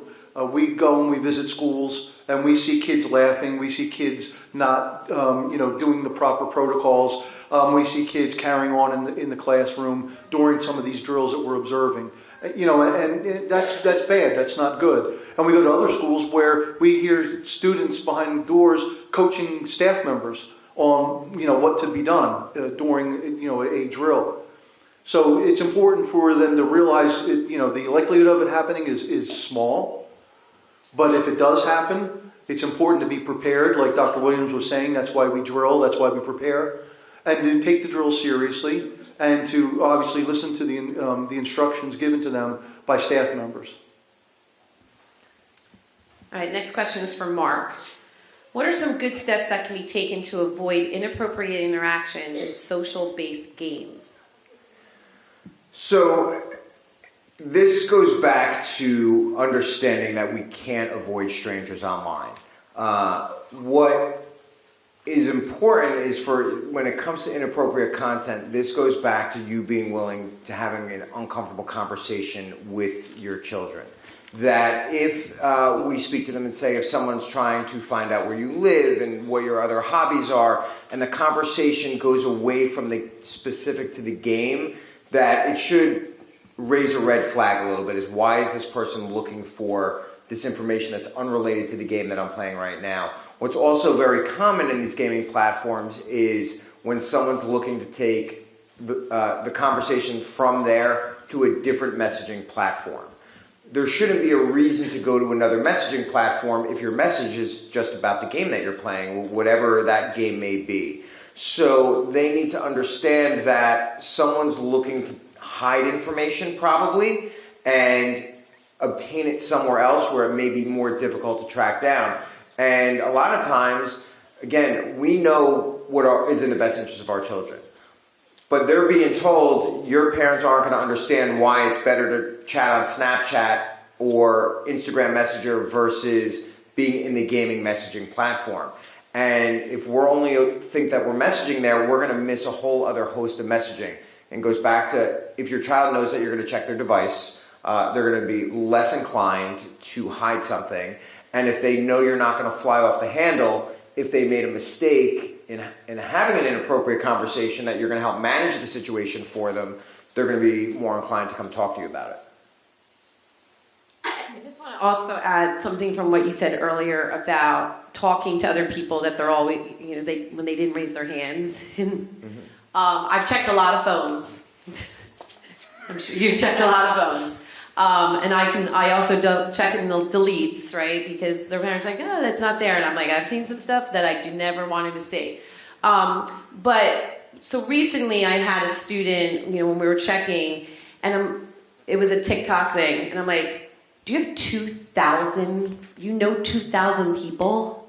And they just click all of these different, they're just clicking away to just have that insight, even though they don't know anything about the person. So that's the other piece about checking. We talk about all the time about if you don't know the person, right, you shouldn't accept their friendship. I have people that are sitting in my, that want to be on my Facebook friends or in my Instagram, and I'm like, they can just stay in there. I don't need to have them looking at all of my stuff, right? So I don't, from the back, the kids do it. And one of the other things that's recently come up, and I don't know if anyone has seen in the news in Westfield, New Jersey, an artificial intelligence case, and I actually spoke to the victim's friend in Westfield. Long story short, a photograph was taken off Instagram. They were Instagram friends. They screenshotted it. It was submitted to an AI website with a likeness, and a nude was created. Now, that nude is not of this girl. However, based on body type, size, they were able to create something. The National Center actually had week-long meetings about 2 weeks ago regarding this and some other cases they're seeing across the country, and there is no legislation yet in place for it, because the question is, it's not really her naked body, it's someone else's naked body, but it purports to be her. So, the AI is becoming a bigger problem with 2,000 people that are following you and or friends. Who knows who's screenshotting your information to create something that isn't you or doesn't exist. Now, if anyone has children that are competitive athletes that may look to play in college or join certain colleges, that they feel there's a need to have an open social media profile. My daughter does for college recruiting purposes. It's separate from her other social media profile. One is just her sport to be seen that is not her personal life to be seen.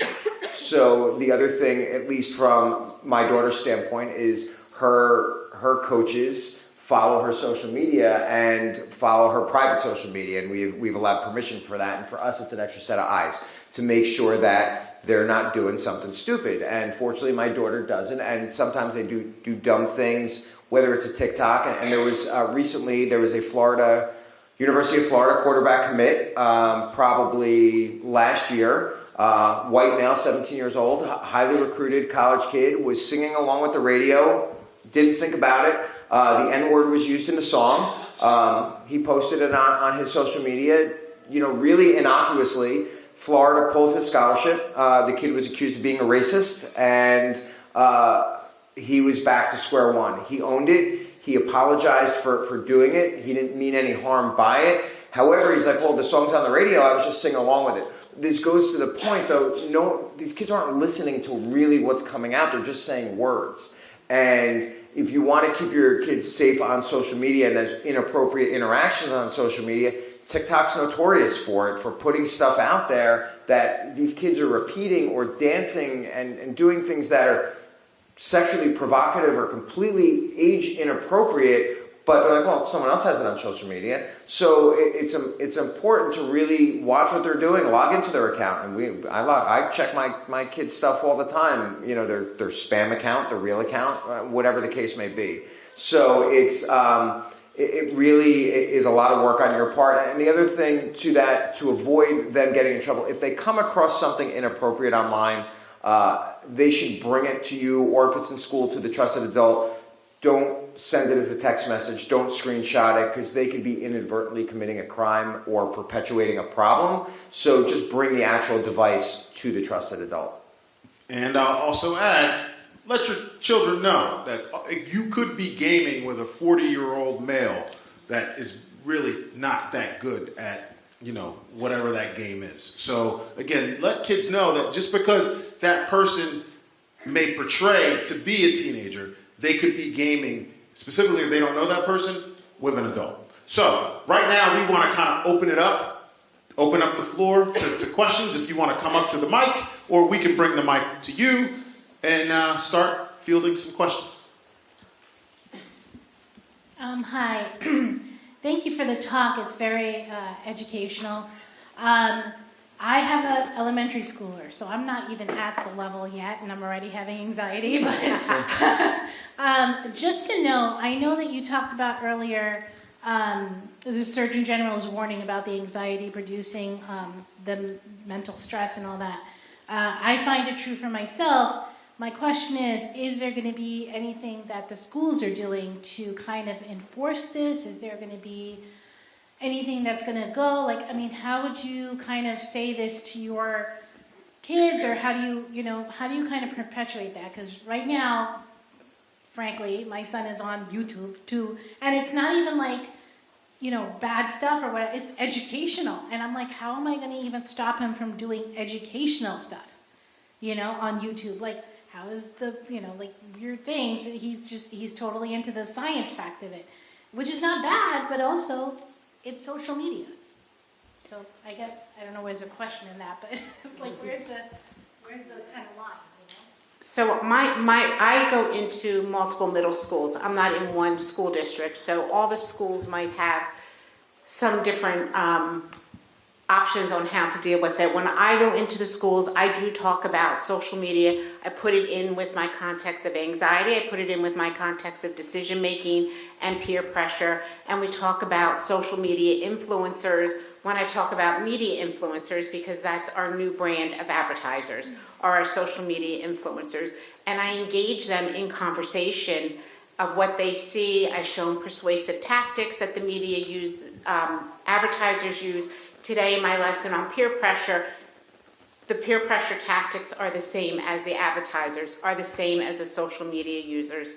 So we engage in conversation, and I try to bring to light, because they are all over the place, our middle schoolers, their brains are in overdrive, and they don't get it, but they kind of do get it too. So when I go in, I try to bring it all together and show them what's appropriate, what's not appropriate. They don't realize sometimes things they put online is not appropriate or harmful.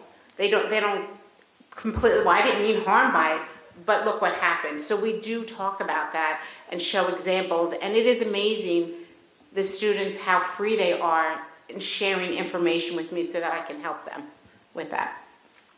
Okay, I got one. Can I just comment though? I think what you're asking is, what are we doing, right? Right. What's Lawrence doing? Right. And so I think it has to start at home, right?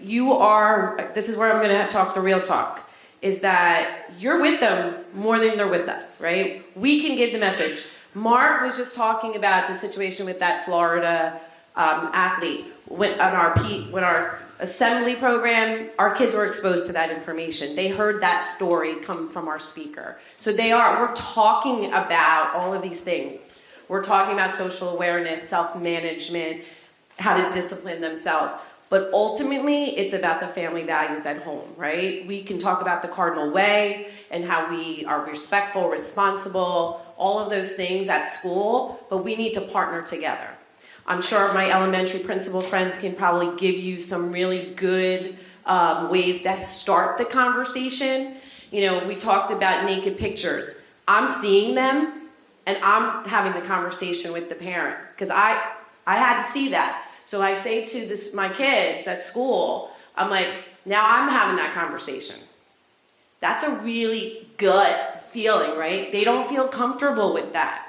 So that's a conversation that you have to have with them, that they're representing you. And when we have to have those conversations, it's difficult. It's difficult for us. We're uncomfortable. You're uncomfortable. But ultimately, we really have to get our kids to understand. They know, right? They know the speed limit. Do we get away with it a lot of times? Yeah, but you're not going to get away with it all the time. So we have to just keep having the conversation about the expectations that you have as a family. And those presentations happen at the middle school.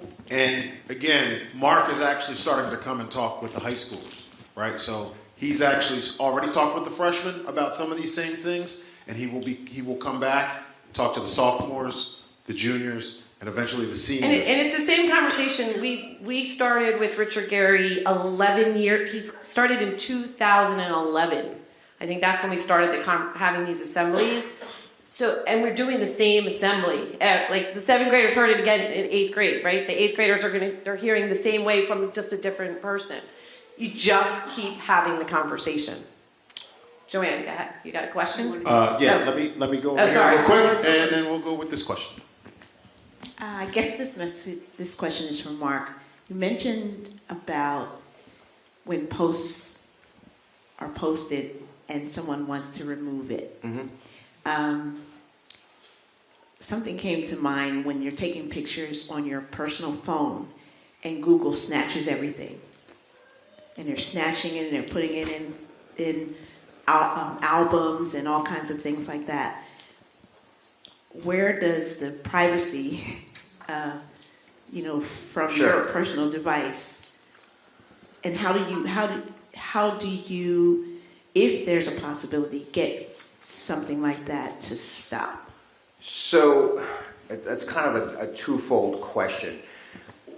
Society, in person, we store a lot of stuff in clouds, whether it's Google Cloud or iCloud or it's Microsoft OneDrive. Why? Because as cameras have more megapixels, documents get bigger, local devices can't store that information. So we look for an option to store it somewhere else. Now, we expect there to be privacy in our clouds, and there is privacy in our clouds because we have ownership to it. But it is just as susceptible to being hacked as an email, as a social media account.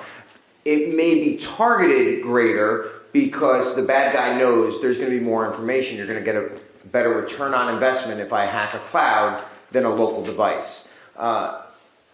As your stuff's there, you do have the rights to it and privacy to it. You see these silly statements on Facebook every once in a while. I don't give permission to Facebook to use my. It's a hoax. I mean, it means nothing. Once you post something out in public, you kind of lose privacy to it if your profile is public. It's kind of like walking down the street and someone takes a picture of you. You're on a public street, so anyone can take a picture of you if they want.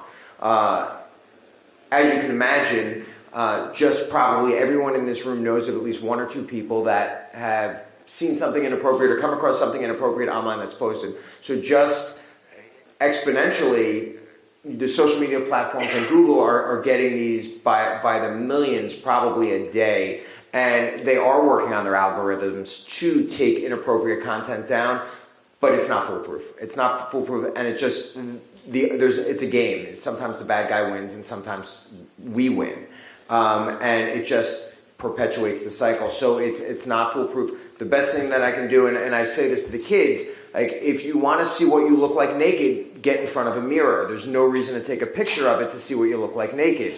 That's really as basic as it gets. If you want to see how your body develops through puberty, get in front of a mirror. You don't need to chronicle it on your phone where it can be taken. A lot of times when I talk to the kids too, there's no situational awareness 360 degrees, right? From a protective mindset, when we do protection people, we think in a 360 degree manner. What's on every side of us, above and below us? How many times have we seen an entertaining photo online? Someone's taking a selfie in the mirror and they're not wearing pants and there's a mirror behind them and we see their bare rear end. It happens, right? So these are the things that no one's aware of. So the best way to keep anything private that shouldn't be out there is don't take the picture. So I just want to give two resources, and this goes to your question too, is this afternoon I went on to commonsensemedia.org, and if you go to commonsensemedia.org, there's lots of articles, videos. These are just a couple that I just put in for teens. What's the impact of media and screen violence on children? There's a question and answer. How to talk with your kids about violence, crime, and war. YouTube content, helping tweens and teens navigate school and life. These are all published October of 23. How to help kids balance phones and screens with sleep, cell phones and devices, a guide for parents and caregivers. So there's lots of great resources out there. The other thing is if you go to the LMS school page, you're going to find a video version of what the kids heard from IROC. He also has tons of stuff on his website, which is IROC2.org. And there's lots of videos and information there that you can gather on how to, exactly what you're talking about, report, and to report those types of pictures and so forth. They give you how to do it. And he did talk about that with our kids as well. Go ahead, Joanne. Okay. This is more about a protocol per se.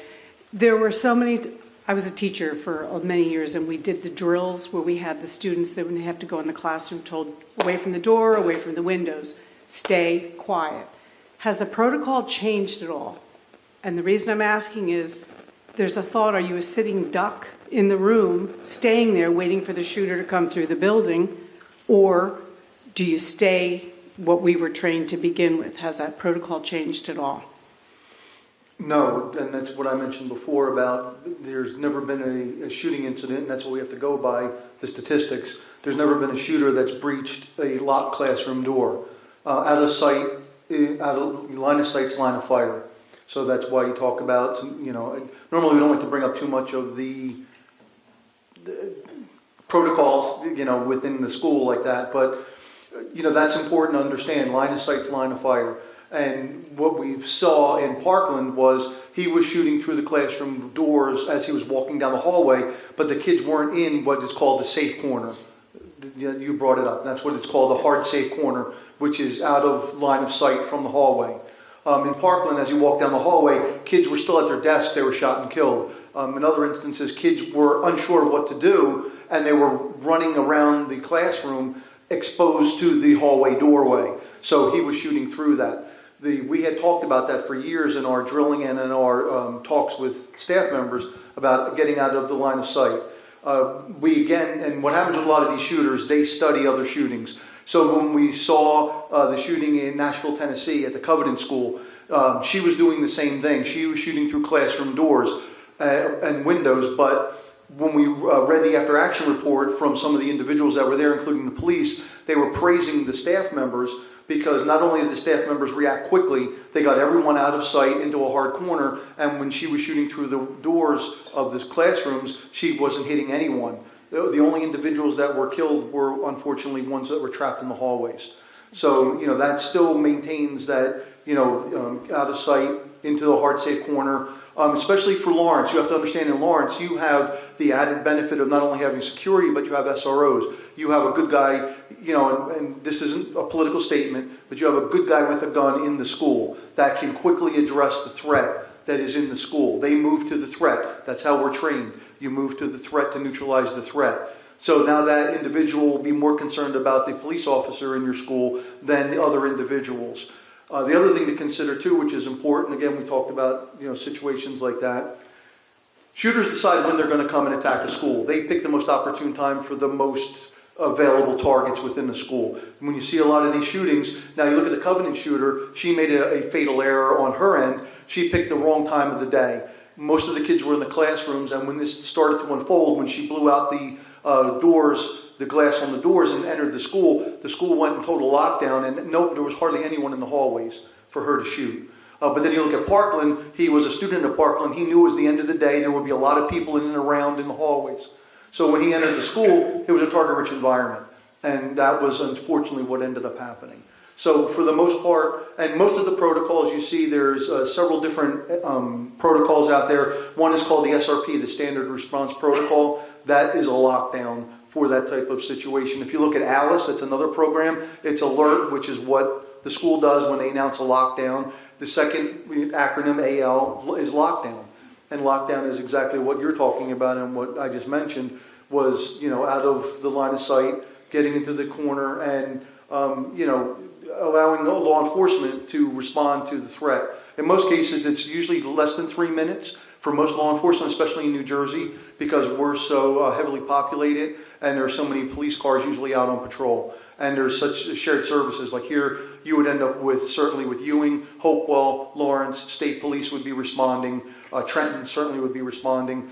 You would have an influx of police within minutes, to your school if there was ever, hopefully, pray to God, never an incident, but if there ever was, you would have an immediate response, all-out response. Thank you, Bob. One thing I would say also is our school will be locked down if there was an incident immediately. Our students have the ability to lock down all our schools, and we've given the power to our students.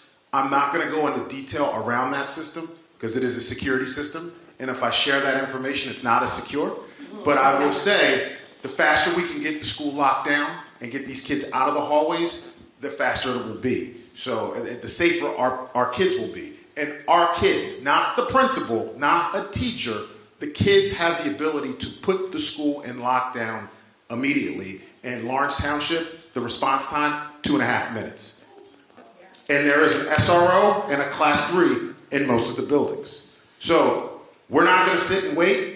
We're going to approach the target, eliminate the target. And if kids are out in the hall running, fighting, and hiding, that's going to slow that up. So if our kids are locked down in a safe corner, the good guys can get to the bad guy and neutralize him.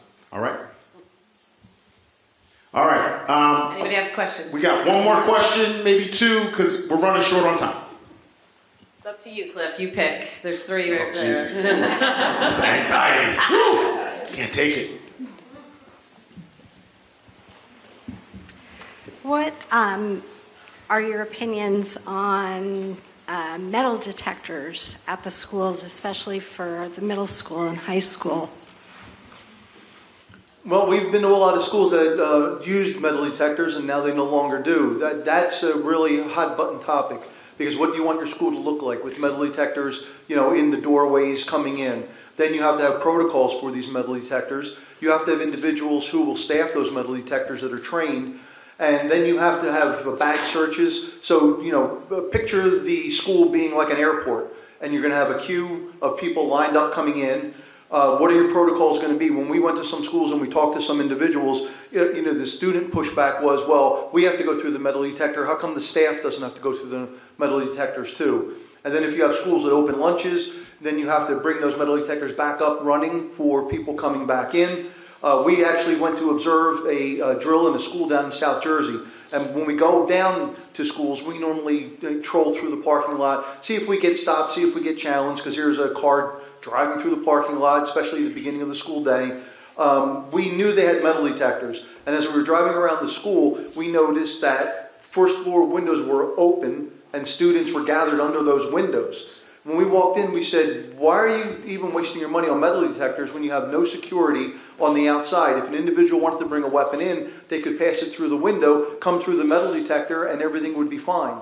You need trained individuals to operate metal detectors. There's the upkeep. And then, depending on how many you have, that's going to create a backlog of students leaving and coming back in, obviously, especially through the same doors. So, are they 100% foolproof? No. Are they going to create a lot of issues? Absolutely. And then again, what's the tolerance of the community? Do they want to come to the school and see a row of metal detectors in your lobby here, for people to pass through? And then as visitors, again, the pushback was, how about parents? How come how come parents don't have to go through the metal detector? How come vendors don't have to go through the metal detector? Staff members, principals. Students are very, observant of everything that's going on. Bob, let me address that from the school standpoint. It creates a false sense of security. That is that simple. Our schools are schools, not necessarily prisons. So most of them have, like the high school, I would say 31 plus doors.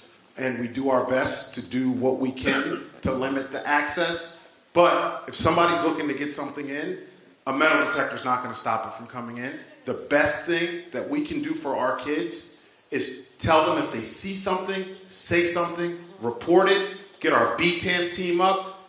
Like I said, we have law enforcement officers in the school. We will get the school on lockdown, neutralize whatever that threat, however that will look like, to keep our kids safe. So from our standpoint, right now, the way it stands, metal detectors give our community, our kids, a false sense of security. That's not the route we're looking to go to right now. Now, I will be honest, Hamilton just went to metal detectors. You know what they're finding? Vapes.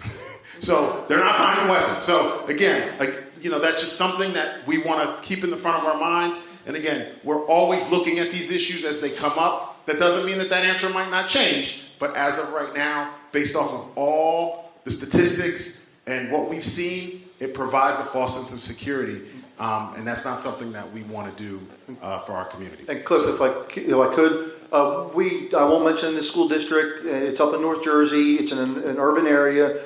And it was funny when we were there. Kids know there's metal detectors. Not going to bring guns in the schools. So what the police would do is they would wait until school started. Then they would search the bushes around the school and recover dozens of guns. So kids aren't stupid. They know that the metal detectors are there. They're not going to get something through. So either they'll pass it through the window like we saw down in South Jersey, or they leave the guns outside and then they pick them up on their way out of the school.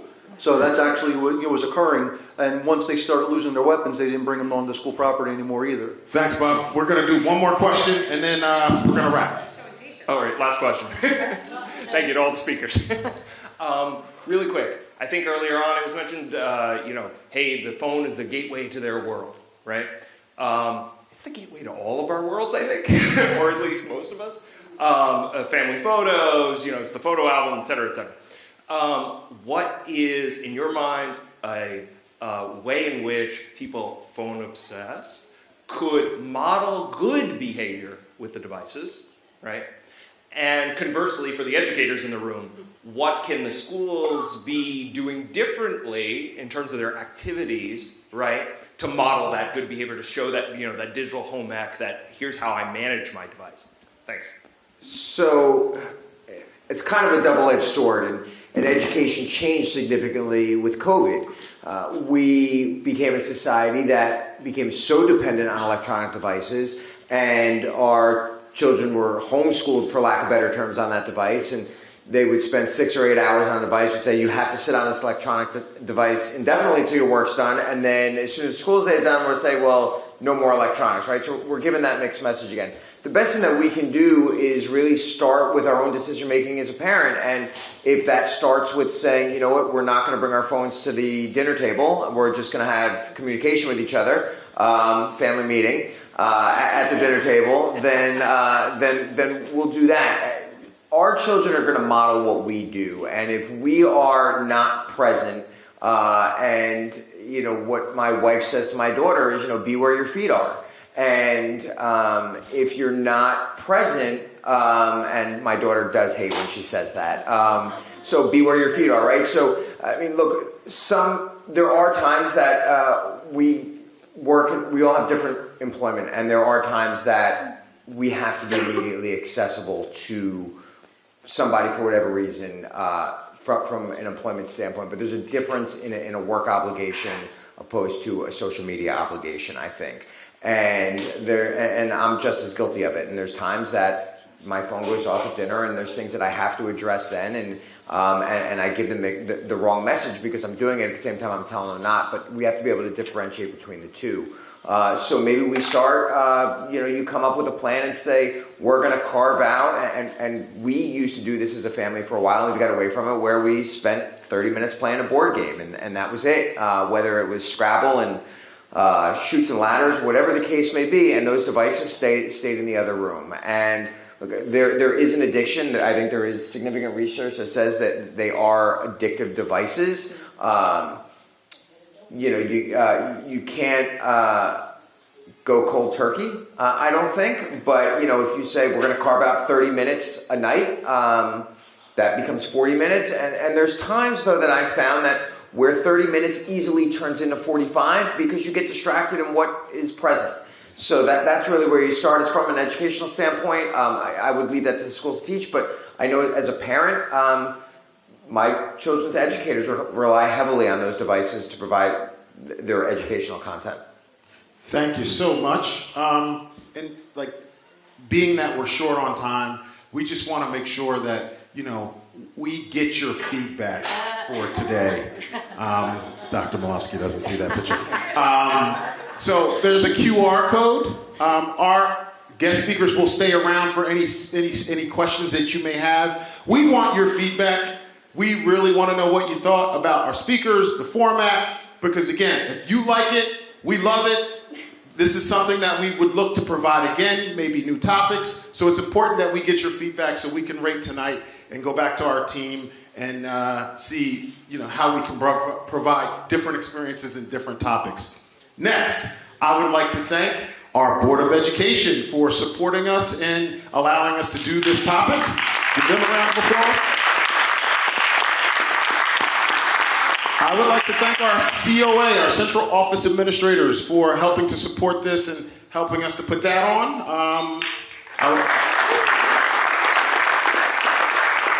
I would also like to thank our leadership team. And our teachers. We are on the front lines doing the good work and carrying forth, that message and partnering with you and co-parenting your students. So I would also like to thank our guests and our child care representatives and Nashios for hosting or getting the food for tonight. So again, thank you. Please make sure you fill out the feedback form. And Dr. Malofsky, I promise that wasn't us. All right, have a good night.